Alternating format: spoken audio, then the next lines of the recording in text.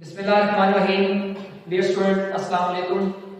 I hope आप सब लोग घरों में माशाल्लाह खैरियत से होंगे।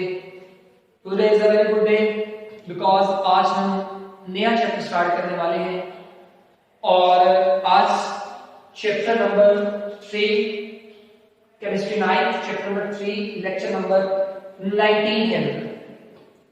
और आज के जो चैप्टर का नेम है वो है periodic table and periodicity of properties। यानी दूसरे लफ्जों में periodic table और periodicity के बारे में है। एलिमेंट्स जब अरेंज हो गए या एलिमेंट दरियाफ्त हो रहे थे तो उसे किस तरह टेबुलर फॉर्म में लाया गया, इस बारे में आज हम पढ़ेंगे। ये बहुत इंपॉर्टेंट चैप्टर है क्योंकि ये केमिस्ट्री की बेस है। एलिमेंट्स का पता है, एलिमेंट्स को याद करना मुश्किल होता है। किस साइंटिस्ट ने इसको टेबुलर फॉर्म में लेकर आया, इसका इंट्रो क्या था, वगैरह वगैरह, ये तमाम चीजें आज के हम लेक्चर में स्टडी करेंगे। इससे मैंने कहा है कि आज का लेक्चर बहुत ही इंपॉर्टेंट है, तो बड़ा जरा गौर कीजिएगा। आपके लिए वर्ड पीरियोडिक टेबल तो आपको पता है क्या कि एक टेबल है जिसके अंदर एलिमेंट्स अरेंज हुए हैं। और जो वर्ड है पीरियोडिसिटी, ये आपके लिए न्यू वर्ड है कि पीरियोडिसिटी क्या होती है। तो जरा गौर से सुनना, मैं उसको डिफाइन करने वाला हूं। The repetition of properties after regular intervals, बाकायदा वक्फों के साथ खसूसियात का दोहराव, रिपीट होना खसूसियात का। हमें पता है कि खसूसियात किनकी होगी, एलिमेंट्स की होगी भाई, उनकी बार बार रेपिटेशन जो है वो आपकी पीरियोडिसिटी कहलाती है।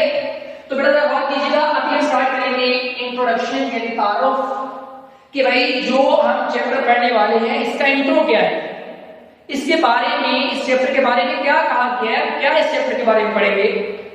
और सुनिएगा, 19th century, in 19th century chemists devoted a much of their effort in attempts to arrange the element in systematic manners। 19वीं सदी के आगाज में जो कीमियादान थे, जिसे केमिस्ट कहते हैं, उन्होंने कोशिश की एलिमेंट्स दरियाफ्त हो रहे थे उनको तरतीब देने की, एक सिस्टमैटिक फॉर्म में लाने की, कि एक सिस्टम में अरेंज हो गए। उनकी ये एफर्ट के नतीजे में एक लॉ जन्म लिया, जिस लॉ का नाम था पीरियोडिक लॉ। कि वो पीरियोडिक लॉ था क्या, पीरियोडिक लॉ का मतलब क्या है कि भी एलिमेंट्स को अरेंज कैसे करना है, how to arrange the elements, क्योंकि कितने ज्यादा डिस्कवर हो रहे थे। अब हम इसके बैकग्राउंड की तरफ जाते हैं, प्रीवियस पर्सपेक्टिव की तरफ जाते हैं। और देखिएगा, अर्ली एजेस, पुराने जमाने में, शुरू के जमाना में 9 एलिमेंट दरियाफ्त हुए। उनमें उनके मैंने सिंबल्स लिखे हैं। पहले कार्बन था, सबसे पहला दरियाफ्त होने वाला एलिमेंट। गोल्ड सिंबल होता है ए, सिल्वर सिंबल होता है एजी, टिन सिंबल होता है बेटा एसएन, मरकरी यानी हाइड्रोजेनियम सिंबल होता है एजी, प्लम्बम पीबी, क्यूप्रियम यानी कॉपर सिंबल होता है सीयू, और फेरियम यानी कि आयरन सिंबल होता है एफई, और सल्फर सिंबल होता है एस। ये 9 एलिमेंट्स पहले दरियाफ्त, इनको आसान याद है, आसानी से किया जा सकता है। बट जब इनकी तलाश 23 तक पहुंची तब वो आसानी से याद हो सकते थे। इनकी केमिकल प्रॉपर्टीज को, फिजिकल प्रॉपर्टीज को इजीली मेजर किया जा सकता था, आसानी से याद किया जा सकता था। लेकिन जब इसकी तलाश जो है 63 तक पहुंची, अब इसको याद करना it's too much difficult way. तब एक रूसी कीमियादान, रशियन केमिस्ट मेंडलीव, बेटा मेंडलीव के बारे में कहा जाता है कि इसके घर में कोई ऐसा कोना नहीं था जहां पे एलिमेंट की कोई कीमियाई प्रॉपर्टी या उसका एटॉमिक नंबर या उस एलिमेंट के मुताबिक कुछ लिखा हो। यानी कि यहां तक जो शीलाइन है, इसने पहली दफा एक इंटरेस्टेड एलिमेंट को एक टेबुलर फॉर्म में लेकर एक टेबल बनाया। भाई इसको याद करने के लिए आसानी पैदा हो गई। वो जो टेबल था उसको आज के दौर में हम किस नाम से याद रखते हैं, पीरियोडिक टेबल के नाम से याद रखा गया। इसकी काउंसिल मेंडलीव की काउंसिल। अब वो टेबल की कुछ खसूसियात थी, वो खुसूसियात क्या थी बेटा? दो थी सिर्फ। एक तो जो इसने टेबल अरेंज किया उसकी बेस एटॉमिक मास थी। इसने एटॉमिक मास की बुनियाद पे टेबल अरेंज किया, क्योंकि उस टाइम एटॉमिक नंबर को लोग नहीं जानते थे, एटॉमिक मास की बुनियाद पे ही डिस्कवरीज हो रही थी। अब इसकी दो कैरेक्टरिस्टिक्स थी, दो इस टेबल की खुसूसियात थी। एक तो इसमें 1 से लेकर 7 तक रॉज थी, उसकी कतारें जैसे ये लगी हॉरिजॉन्टल रॉज।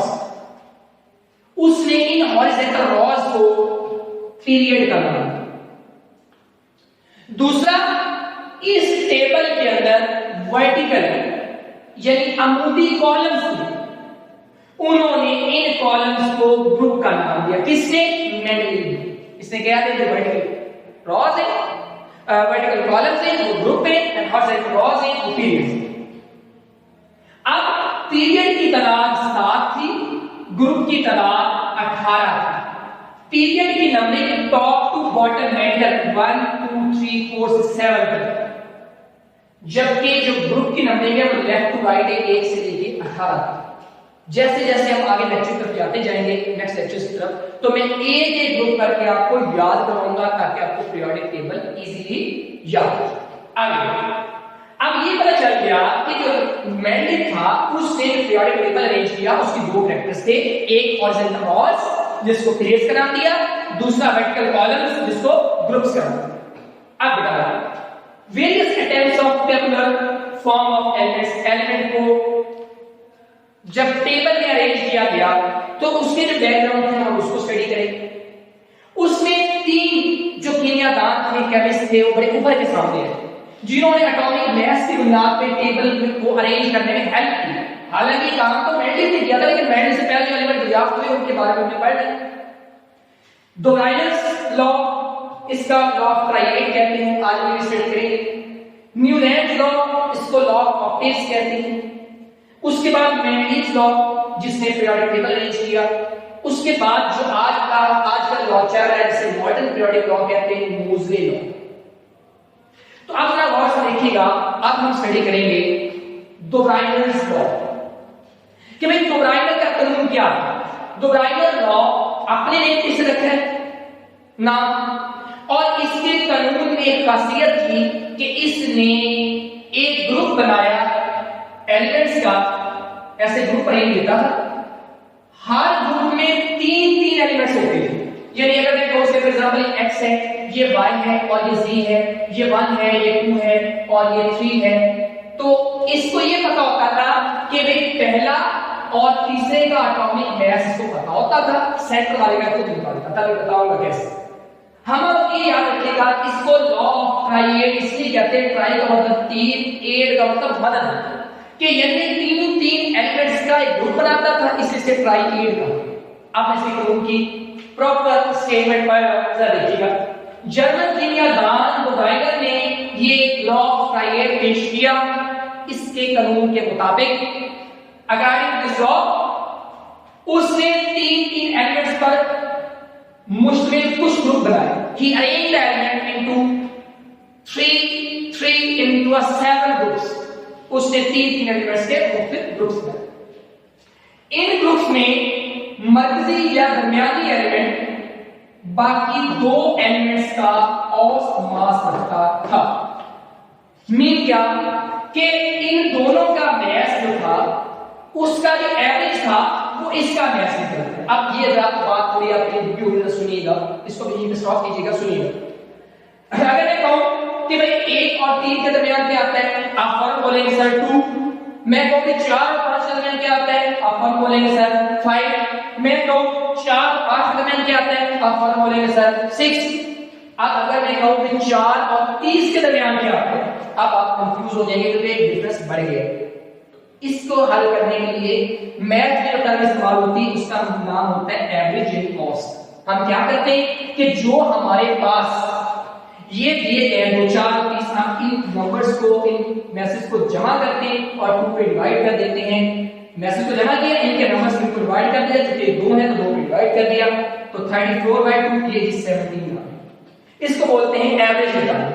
तो उसने क्या कहा, उसने कहा कि जो मिडल वाला आपका एलिमेंट है उसका जो एटॉमिक मास है वो इन दो के एवरेज के बराबर है। मिसाल के तौर के ऊपर एक उसने बेरियम लिया, एक उसने स्ट्रोंशियम लिया, एक उसने कैल्शियम लिया। अब कैल्शियम का एटॉमिक मास 40 था, इसको पता था। बेरियम का एटॉमिक मास 137 था। अब आपके दिमाग में ये क्वेश्चन आएगा कि सर उसने स्ट्रोंशियम ही क्यों लिया? भाई जो स्ट्रोंशियम की प्रॉपर्टी केमिकल प्रॉपर्टी थी वो इन दोनों से मिलती थी, इसलिए उसने ये तीन का ग्रुप अरेंज किया।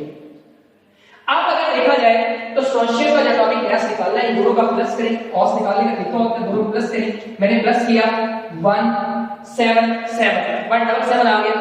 ये कितने एटम है, एक और एक दो पे डिवाइड कर दी तो 88 आता है, इसका एटॉमिक मास 88 है। इस तरह और भी आप ग्रुप अरेंज कर सकते हैं। अच्छा, इसकी खामी क्या है, फेलियर्स क्या है? इसके कुछ फेलियर्स थे। क्या थे?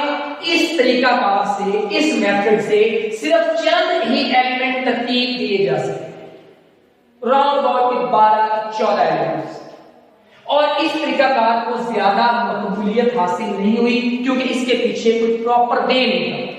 वो क्या करता था, तीन एलिमेंट्स के ग्रुप बनाता था। सिर्फ एग्जाम में 3 एलिमेंट उसके ग्रुप बनाए। इसका एटॉमिक मास, इसका एटॉमिक मास को पता होता था, इसकी केमिकल प्रॉपर्टी दोनों के मैच करती थी। वो क्या करता था, इन दोनों के एटॉमिक मास को प्लस करता था, एक और एक दो एलिमेंट दो पे डिवाइड करता था, तीसरे का कॉस्ट निकालता।